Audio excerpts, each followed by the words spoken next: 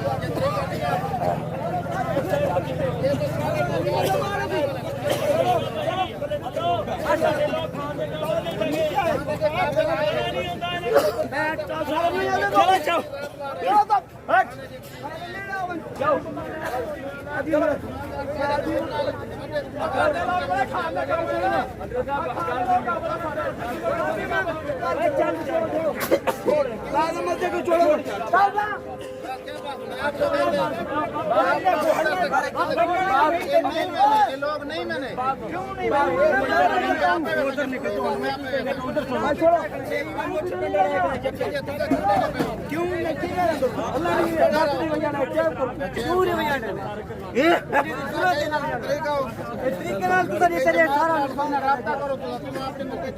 शर्म नहीं आती जा रहे हैं हम तंग आ गए हम तंग आ गए हैं बस हमारे साथ हाजी साहब हमें डंडे मारने तक चाकू लेके हमारे गले पड़े तंग आ गए हैं।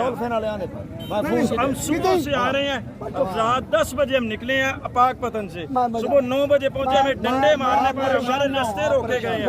इतना तंग हो गए, इतना तंग फकीर हो गए, पानी का घूंट तक खिलाने के लिए तैयार नहीं था, डंडे मारने के लिए तैयार है सारे। कोई नहीं आगे जाएगा, बस आपके सपुर्द है, हम जा रहे हैं, हम जा रहे हैं। आप कहाँ से आए हैं आप साहब? पाकपतन से। पाकपतन से। ये क्या सलूक हुआ आप लोगों के रमक साथ? से चले हैं, रमक से लेकर यहाँ तक डंडे हमारे ऊपर बरसाए गए हैं।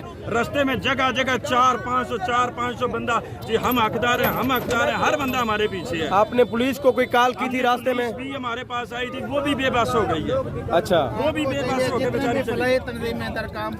किसी से रब्ता कर गए, मेहरबानी करें। हमने एक बंदे से रब्ता किया था अपने से, उसकी कोशिश ये थी कि सारा सामान हमारे पास आ जाए। मैंने खुद 2 जगह विजिट किया है कि वो बंदे वाकई मुस्तहिक थे, लेकिन उन्होंने भी ऐसा सलूक हमारे साथ किया कि हम दोबारा कभी मुंह न जो भी लोग ऐसा रुका पहले तो मैं अभी ये हाल देखकर पीछे से लोग आएंगे नहीं। अगर हम आप लोग जानने वाले हैं, खुदा की कसम साहब हम आपसे शर्मिंदा हैं, हम आपसे शर्मिंदा हैं, इंतहाई शर्मिंदा हैं।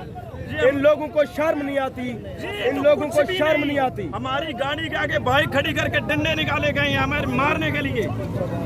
अब ये तो सर निकाल के वो हमें धमका रहे हैं कि इधर ना दिया गया तो इधर जाओगे कैसे? मेहरबानी करें, आप अकेले ना आप भैया जी ਤੁਹਾਨੂੰ ਕਹਿ ਨੇ ਥੱਲੇ ਆ ਜਾਓ ਯਾਰ, ਅਸਰ ਨਹੀਂ ਹੁੰਦਾ ਉਮਰ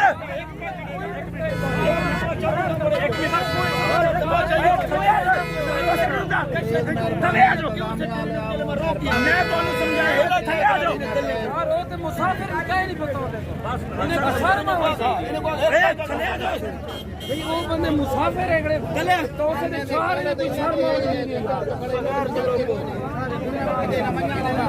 ਤੁਹਾਨੂੰ ਜਦੋਂ ਇੱਕ ਵਾਰੀ ਜਾਨਵਰ ਮੈਂ ਸਮਝਾ ਕੇ ਥੱਲੇ ਆ ਜਾਓ ਫਿਰ ਅਸਲ ਨਹੀਂ ਦਾ आप एक चीज ना फेंके बस ना फेंके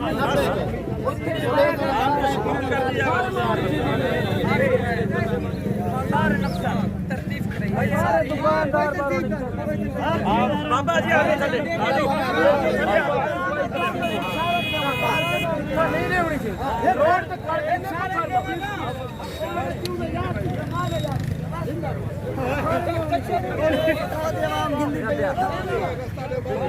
इंतजामिया दे शदीद नायली दी वजह ना सारा काम